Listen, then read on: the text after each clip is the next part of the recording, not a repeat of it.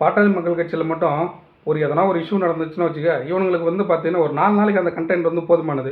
ஒரு அரை வேக்காடு, முக்கால் வேக்காடு, கால் வேக்காடு இருக்கக்கூடிய அத்தனை வேக்காடுல, ஐயா வாங்க ஒரு ரூ. 1000 தரேன் வந்து கொஞ்சம் பாட்டாளி மக்கள் கட்சி பற்றி பேசுங்க அப்படின்னு சொல்லிட்டு வந்து பார்த்தீங்கன்னா, இவனுங்க எல்லாரையும் கூட்டின்னு வந்து உட்கார வச்சு பேச ஆரம்பிச்சிருவானுங்க. இவங்களுக்கு தேவை வியூஸ் அவ்வளோதான். நான் என்ன சொல்றேன்னா, இது எங்கள் குடும்ப பிரச்சனை. எங்கள் குடும்பத்தை நாங்கள் சரி பண்ணிக்குவோம். நாங்கள் இப்போவும் சொல்கிறோம் பார்த்தீங்களா, எங்கள் ஐயாவுக்கும் சின்ன ஐயாவுக்கும் 1008 முரண்பாடு இருக்கோ இல்லையோ, அது எங்கள் கட்சி சார்ந்த பிரச்சனை, எங்கள் கட்சி உறுப்பினர் சார்ந்த பிரச்சனை. அதை நாங்கள் சரி பண்ணிக்கிறோம், எல்லாம் பார்த்துக்குறோம். உங்களுக்கு என்ன வலிக்குது? சரி, ஒரு குடும்ப பிரச்சனை இது வரைக்கும் பேசுகிறீங்களே, மருத்துவர் அண்ணன் அன்புமணி ராமதாஸ் அவர்கள் எவ்வளவு சாதனைகளை செய்திருக்கிறார். மருத்துவர் ஐயா அவர்கள் எவ்வளோ இடஒதுக்கீடு வாங்கி கொடுத்துருக்காங்க.